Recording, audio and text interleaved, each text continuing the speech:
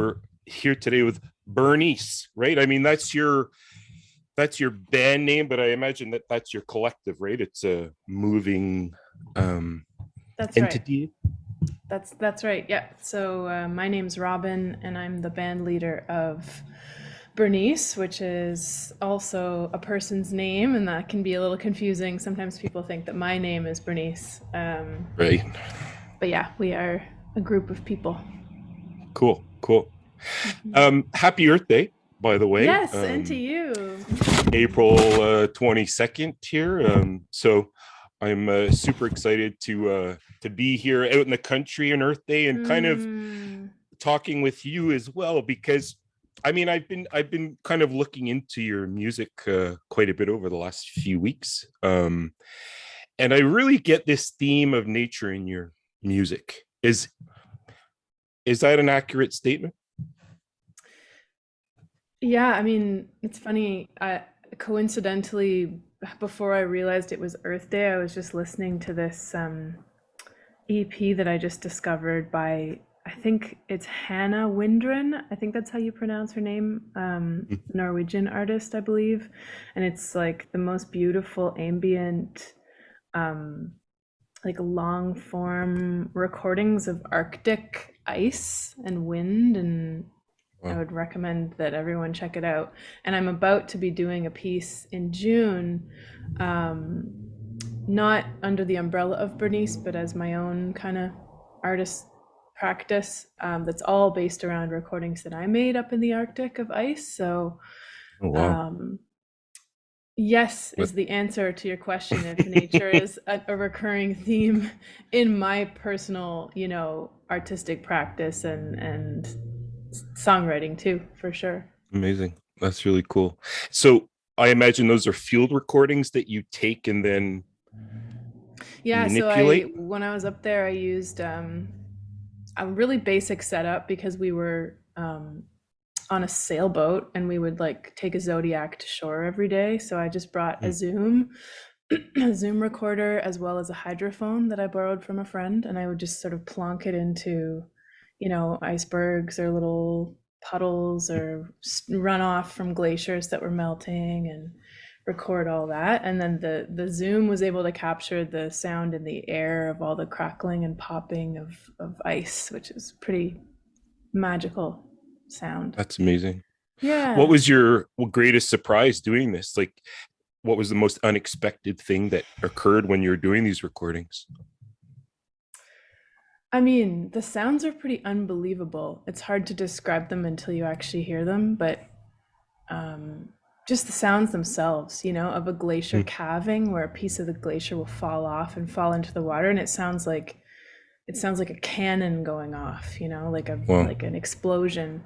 Um, or hearing wildlife, like hearing walruses breathe, just the forget most. about Forget about it. Forget about it. Life, like I could die having experienced that. I could die happy. Um, to That's me, cool. just the witnessing of it was like the biggest surprise, but also just the greatest joy. Right. That wonder, that sense of wow, what I live right next to a lake here. I mean, it's not a huge lake, but in the winter, well, in the fall, as the first ice starts to form, you can hear the lake just, Mm, wallowing in this amazing sound. At first, I'm like, what is going on? And yeah, I started to realize that it's like little pockets of sound as the ice forms together. yeah, Unbelievable. yeah, Really yeah. cool. Really, really cool. Really So mysterious. I heard, Robin, that you've come from a quite a musical background, or as you grew up, you were surrounded by um, music. Um, can you tell us a little bit about that? Like, what I was it your mom that was a part of an orchestra, and like, Both of my parents, actually all three of my parents, because I have a stepmother too who's been in my life right? since I was very, very, very young. So Mm-hmm. my father is a violist, mostly plays chamber music. Right. Um, my mother's a harpist, she and both of them were involved in orchestras for most of my childhood, all of Mm, my life with my mom. My dad left the orchestral world when I was a kid still. And my mm, stepmother is an orchestra manager. She sort of works with the music director to design with the Toronto Symphony Orchestra to create their seasons and hire their solo artists. And so she's really steeped in that world too. So yeah, I was like some people are army brats. I was like a orchestra brat. right, right. And what was a day in the life back then when you were growing up surrounded by this kind of music? Yeah, I What mean, were your routines like? I think that I really lived as a kid. I was witnessing the freelance life of my parents. So they worked at night. They would be out a lot, practicing and rehearsing at home. So I would hear lots of Mm, music all the time at the house. mm, And then lots of travel. I had the opportunity to travel a lot as a kid. I was really lucky to, be able to go to Europe when I was only 10 years old to go follow my dad on some work that he was doing, um and then also just my parents have a love of music in general, so they put me and my siblings into a lot of music education, like choirs and piano lessons and um, music and movement classes, when we were super young. Um, mm, so yeah, I was just folded into life all the time. right, And also right. just a love of, like, my dad loves jazz, loves folk music. My mom, loves Katie Lang, and my stepmom would blast the Beatles in the car. That's where I kind of credit learning how to sing in harmony, was just Mm, singing in harmony in the car along with all the music we'd be listening to. So just that joy, and that music is always around, was part of my childhood. right. And I mean, a question I like to ask is, how did you originally find your voice or the sound that you felt that could be shared with others? Like your first Mm. moments, like when were those moments where you started to realize? I mean, I guess because you were growing up around it, it was pretty hard to see beyond that. But you personally, when did you start to find that sound that you related to or Mm. spoke to you? Hmm. Yeah, well, that's so interesting, because I think all kids are really parrots, right? Like, they're just parroting what they hear, and that's how you Hmm. learn how to talk and language acquisition. And I can see my nephews now, who are growing up with my brother, who's a musician himself. They have, like, the most unbelievable ears, and they're beautiful singers already, and at the age of 4 and 7. And it's because they just hear it all the time from their mom and dad. It's not Right. even a question.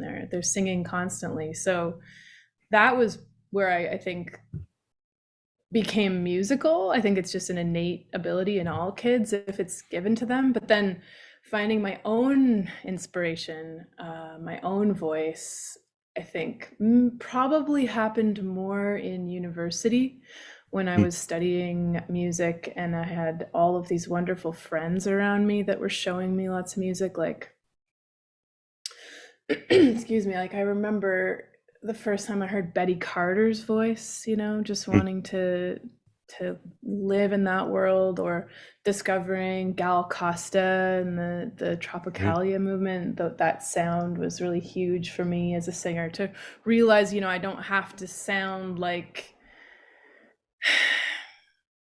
I loved these voices that were just so kind of free and natural and loose and imperfect, and really just nakedly themselves. And I think there's Mm, something about some jazz singers and that Brazilian tradition, where you just hear this voice. It's plain. There's no right. affect.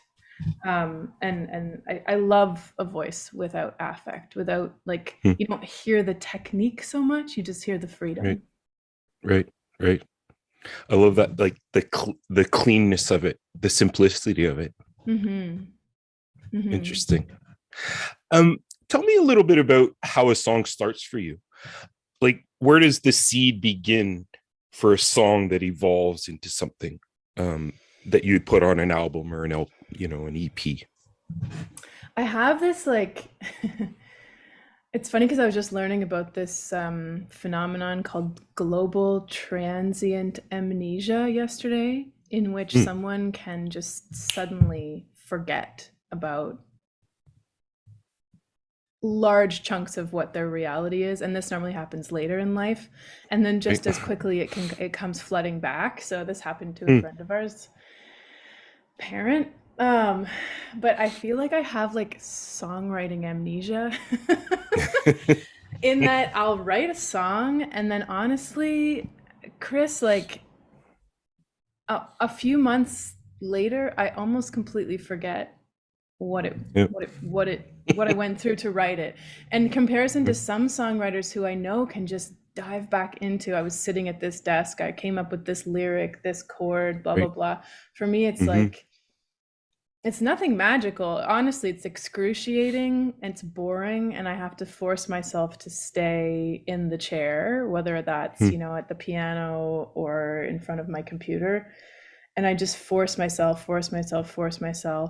try to find whatever seed of inspiration I had started with, and then just push through until that becomes a larger idea, a song that I can then bring to Right. my band and we can kind of arrange together.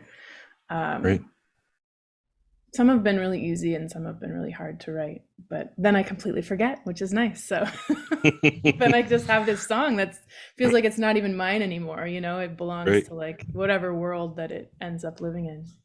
Right. Right. No, I can relate to that too. I remember writing songs and performing them would be like I would always need the first line.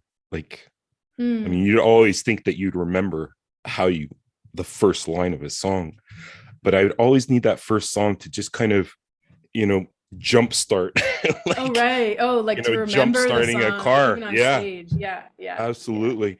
And then it would start tumbling out, because the connections would start to make sense again. But I Yeah, feel you're you. literally diving back into those like neurological connections that you made when you first wrote it and first knew it. And Yeah, it's like absolutely. always there for you, which is really kind of Yeah, kind of that's really bizarre. cool. Yeah. Does your song start with, and maybe it's a variety, but does it start with words or a phrase or a melody you might be playing, or like what's your go-to instrument when Hmm. that seed of an idea starts, or like what's that initial kind of Yeah. I think it intro depends. to? It depends if I'm writing alone or with somebody. Hmm. Recently, I have done more songwriting with my bandmate Tom Gill, and he,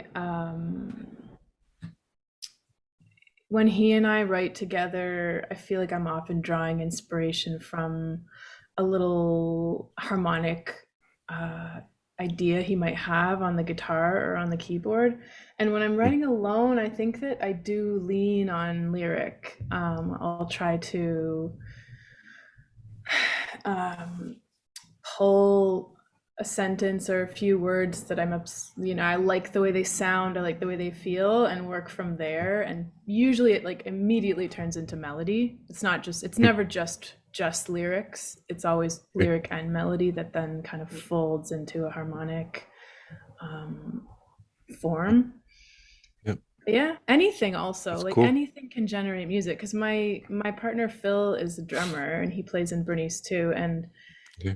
even just when he'll kind of make a suggestion on whatever instrument he might be using, that can also lead right into a song too. Sometimes we'll have sessions, writing sessions as a trio, Tom and Phil and I, and you Mm-hmm. know, I think it's less what are you starting with, but what's the sort of the energy that you're tapping into, and that could really happen on any instrument, and then you just kind of have to Right. ride that. Yeah, totally. So cool. um I was listening to your remixes um that you'd put out Hmm. not too long ago, right? If No, my yeah, that was, I want to say 2021. Yeah, yeah. What's the difference between a remix and the original, if you had to describe it to somebody?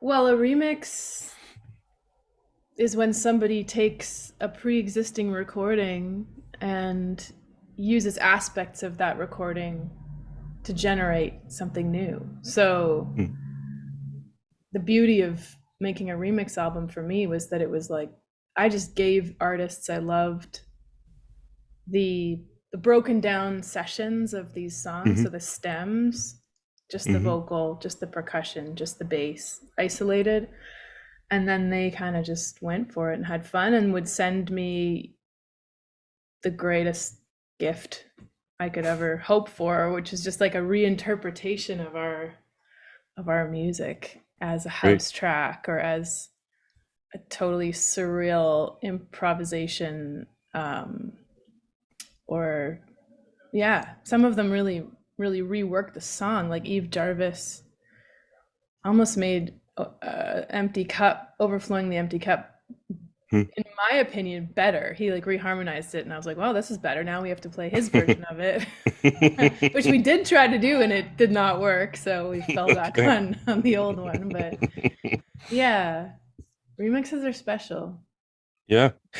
So from what you're saying is that you kind of just hand the parcel over and then you get it once that's done. You're not involved with the actual No, process no, itself when it's a no. I remix. think yeah.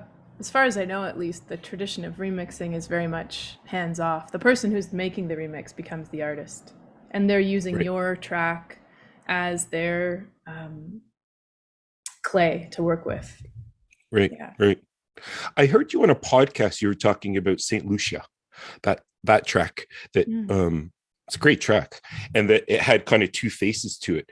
What was Were those two different songs that came out of that one song? Was one of those a remix, or were you involved in both of those creations? That's a funny one. We recorded the tune. That album was kind of, thinking back on it, we worked too hard on it. We really Hmm. we like wrung it out too hard. And so we Hmm. had this tune, Saint Lucia, that in our opinions at the time needed more, needed to change, needed to get better, blah blah blah. And so we Hmm. went out to LA and worked with this wonderful producer, Sean Everett, who we had met at the Banff Center in Canada, Hmm. in Alberta. And we were with him the whole time, and we were kind of working with him to almost not make a remix, but almost, it almost felt like, I didn't re-record the vocals or anything. We did add some sounds, but we were kind of teasing out producing the track, I guess, just changing the production on it. But then we ended up loving the other version too. So we released them both, and everyone got confused, or nobody really cared or noticed. And now there's two out there in the world. And occasionally folks will ask me about it, but Hmm. it's not very often that people even really notice. Right. But it's just kind of nice. Like there's no rules. I feel like so That's often, cool. artists feel like once they've released something, that's it. That's the version. But that Right. was this little glitch where we were like, actually, no, we're gonna put a second one out now, and Right. just Right. because, yeah. Interesting. This is kind of on the same lines. So you had a 7-year gap, right, between what was that and then the Puff LP, right? There was a 7-year Yeah. period. What How did your sound change from that out the your kind of first big, what was that release, to Puff? Like how would you say the sound changed over those 7 years? I mean, I think the biggest thing is that it went from me as a singer and songwriter. I went from, a 21-year-old to an almost 30-year-old. So Right.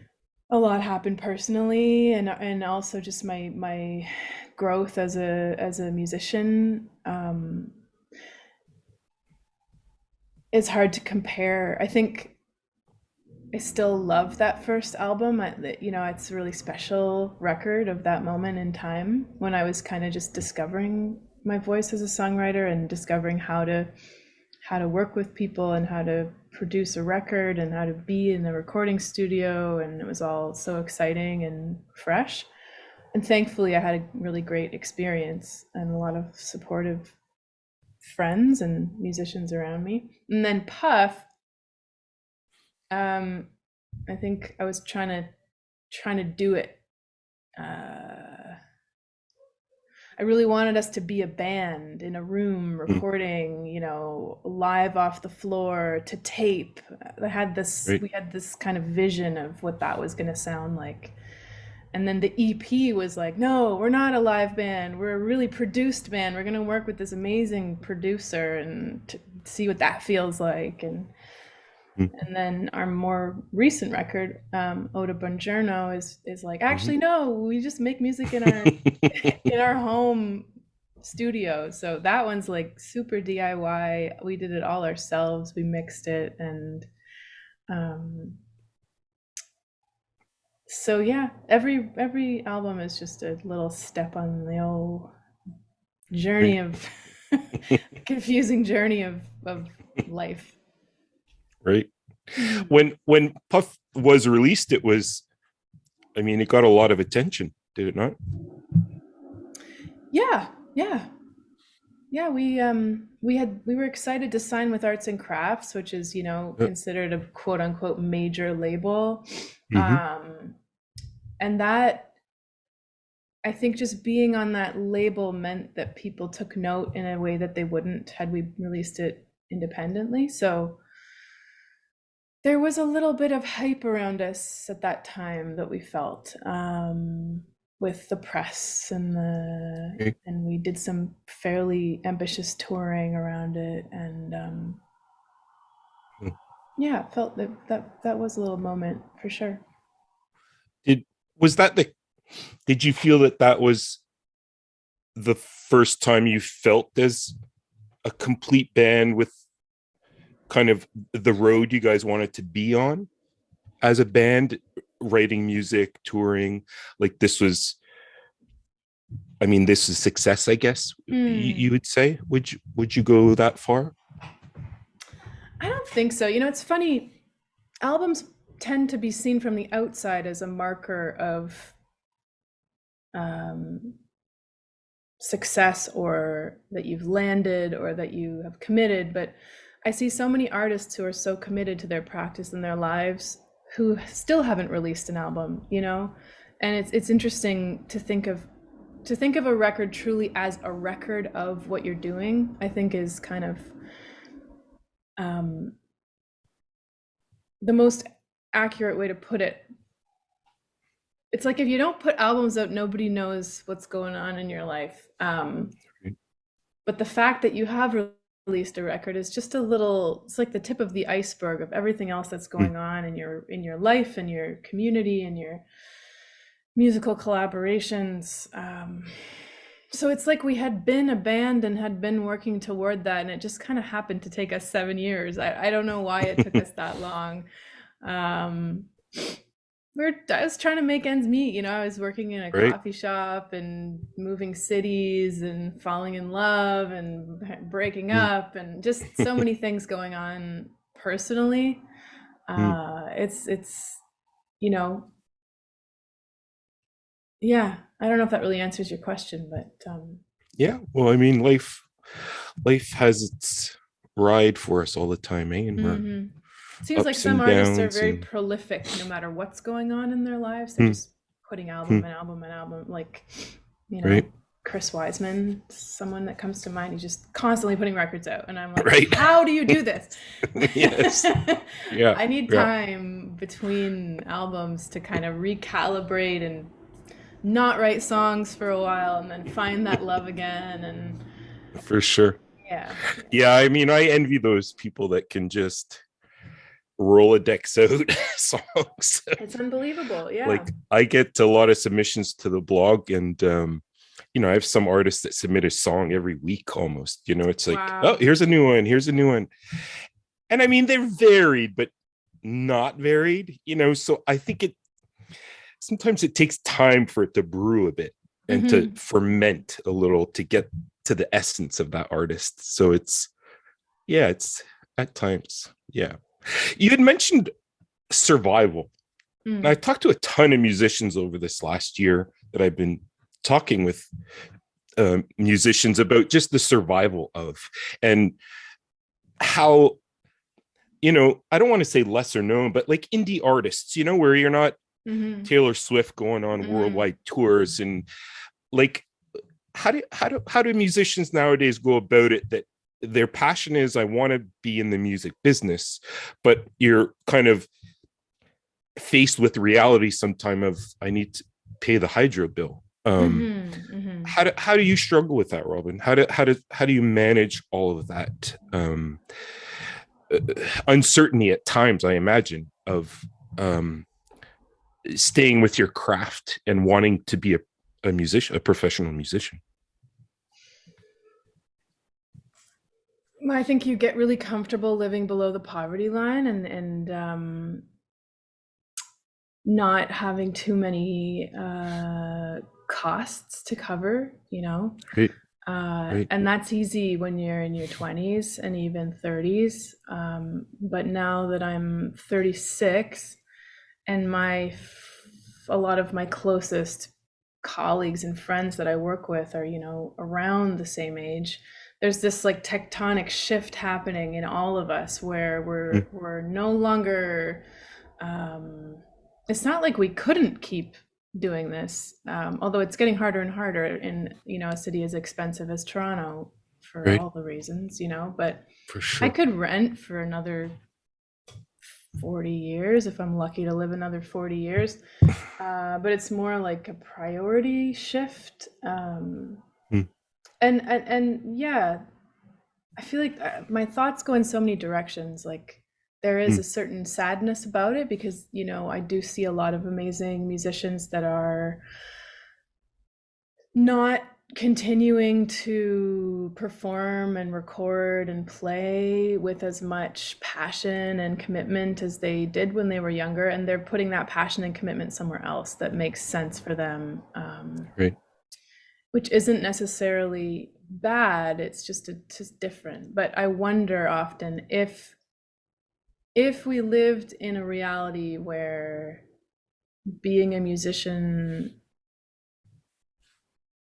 was sort of viewed differently and supported differently and had a different set of possibilities, would those people Mm, make these life changes? right, right. Yeah, it's a strange existence because I feel like people think of musicians often, there's like a sort of romanticism that happens around it.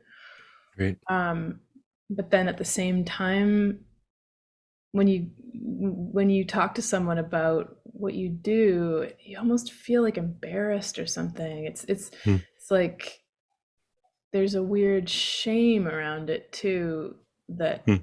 we all feel a bit sheepish or something about this. I, I don't know if I'm really phrasing it in the most eloquent way, but it's it's like we're so blessed and lucky. I'll speak for myself. I feel so blessed and lucky to be able to live and work as a musician. And until this point in my life, I've had great years and really bad years financially, but for the most part, I can pay my rent, I can Mhm, survive. mhm, But then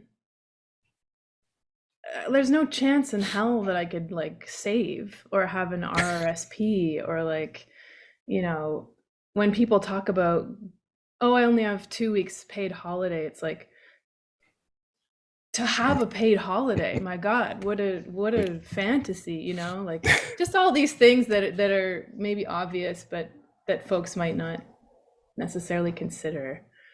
Yeah, Um, yeah.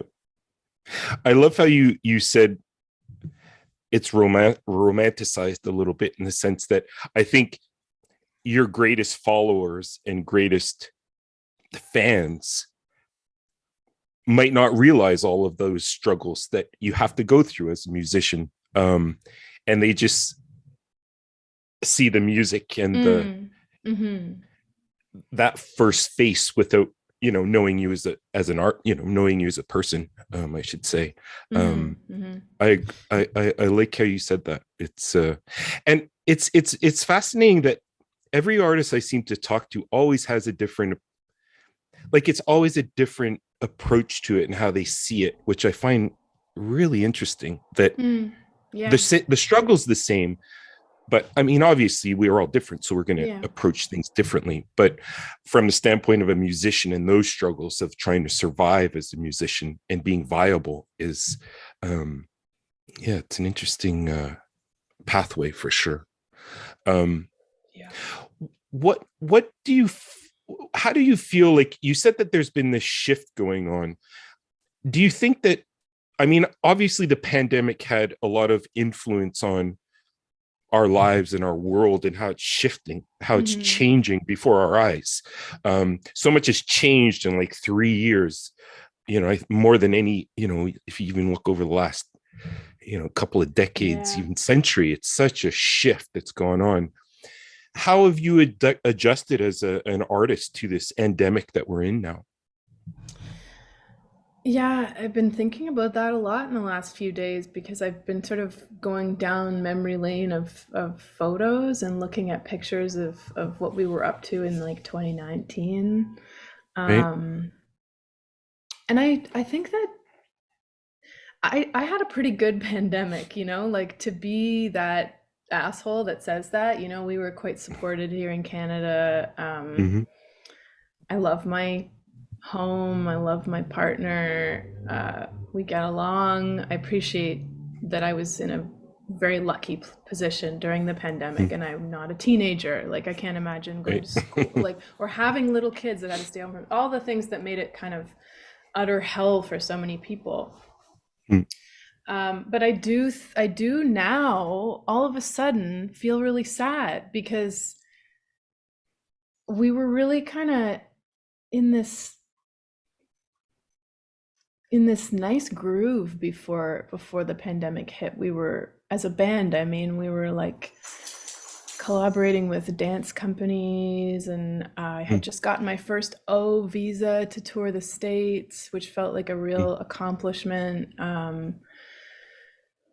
And we were newly working with Telephone Explosion Records, who are a really wonderful label here in Toronto. And I was like, oh, maybe we're going to get a European booking agent. That's insane. I never would have imagined that that would be possible. And although I did just fine through the pandemic, and I do feel really sad because I feel like the wind has kind of left the sails a little bit. Not only in myself, but in the larger landscape Mm-hmm. of all of these aspects of being a band and touring and playing and releasing. Mm-hmm. It's like there's just less funding, there's less money to go around. Touring feels way more difficult, and less viable. It was never viable in the first place, and now it's like, I don't know, not Right. to be like a total bummer, but so what I'm doing is I'm like trying to feed my practice by diversifying, and I'm pursuing, going down a path of maybe becoming a music therapist, and um while still trying to, we're putting out a new album in a week, Right.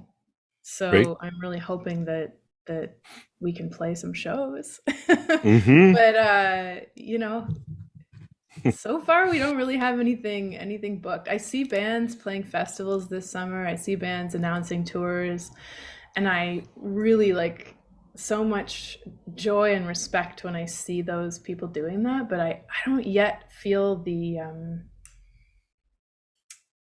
it's like I've lost a bit of willpower or something to make it happen. And I think that, I have to make it happen. It doesn't come from any outside source. If I want to play Right. shows and tour and get my band together and get on the road, it's like it's got to come from me. Right. Right. And I You got to get haven't out there and kind of hustle yeah, I haven't hustled. I haven't hustled. yeah. Yeah.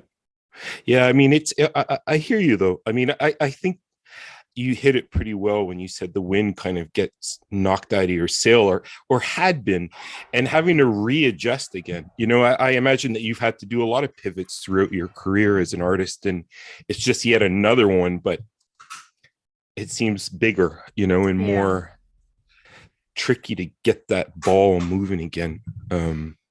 Well, I've listened to the two of the tracks that you have that coming out on your new album, and I mean, I love them. That's why I reached out to your PR people, and I was like, wow, I have to. Plus, you're a local Canadian, and it's Yeah. great to chat with you. So just to kind of wrap things up, Robin, first off, thanks so much for joining me. This has been a really fun chat. Yeah. I think you're very thoughtful, and it's reflected in your music as well. Thank you. So I appreciate that. What's coming down the road for you? So you have your new album coming out, and what else could we look forward to for Bernice coming down the road? So this new record is called Cruisin', and it'll be out on April 28th on Telephone Explosion Records, and I'm really excited about it. I love it. I think it's the best. I mean, there's no best, but it's the best that we've done so far. Right on. And we'll be playing a release show here in Toronto around that, and then hopefully just like continuing to make music. I would like to tour. So if there's any patrons out there who want to just bankroll our tours, let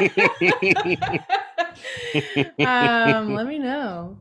Yeah, we're working on it. We love playing live. That's really where we're most at home. So we will play more shows around it. And otherwise, I'm just hanging. I'm studying psychology, and I'm gonna do a cool Arctic kind of music performance at a festival called Huron Waves in June. If anyone's in Huron County and wants to come see that. Cool. Yeah, I'm interested in this, your field recordings, Arctic glacier. It sounds fascinating. Fascinating. I love singing ice. I mean, it's just the best stuff. So I look forward to that as well. Well, and I will be looking out for you if you come through Montreal. I will definitely for sure. push myself to the front row and make sure that you are aware. Sounds good. I'll see you there. Yeah, we'll definitely be coming through Montreal before too long. Cool. Well, thanks so much. This has been a real treat. Hey. I wish you all the best Thank you. with your new album and recording and life. It's been wonderful talking to you, so thank you.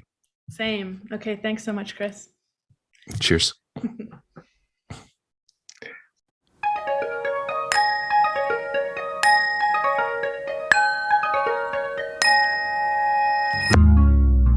Out here, over here, into this opening in all my realms. No effort to exist, like a bird in the gray sky in the mist. The bird in the evening just exists.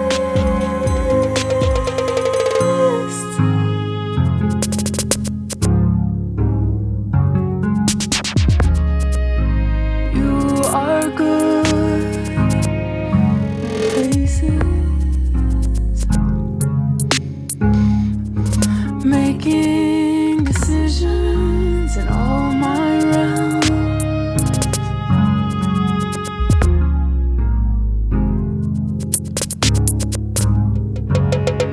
No effort to exist, like a bird in the gray sky in the mist. The bird in the evening just exists. He flies over me.